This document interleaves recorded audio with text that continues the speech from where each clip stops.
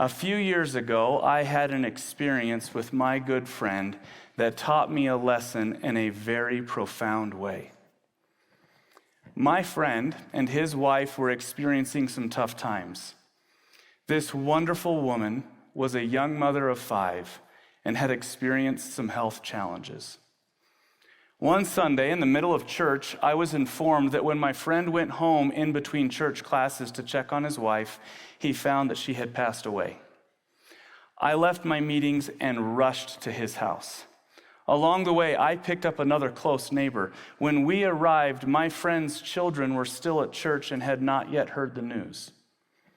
It was determined quickly that my friend wanted his children to hear the news from him, and not from a passing comment, as the news was starting to ripple through the ward and neighborhood. Through a series of quick events, I found myself standing alone with my friend between the time of learning of his wife's passing and before his children knew. He asked me a question that has never left me. Sheldon, how do I tell my children that their mother has passed away? At that point in my life, I was a licensed counselor. I had visited with hundreds of individuals who had experienced grief and loss. I had taught dozens, if not hundreds, of lessons on covenants, God's plan, and faith.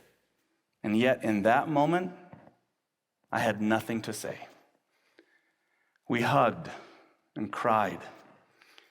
He didn't need a scripture, a resource, a pamphlet, advice in that moment. He just needed me to be present with him. I spoke with my friend before this talk. He told me that I did tell him something that helped, which shocked me a little bit. I asked him, what did I say? He reminded me that I said, there's not going to be a right way to approach this. I learned and relearned through this experience. There is a difference between mourning with and mourning for. So what's the take home? Whatever our sphere of influence, I hope we can learn to mourn with, walk with, cry with, wait with, listen with, and not simply mourn for those around us. Thank you.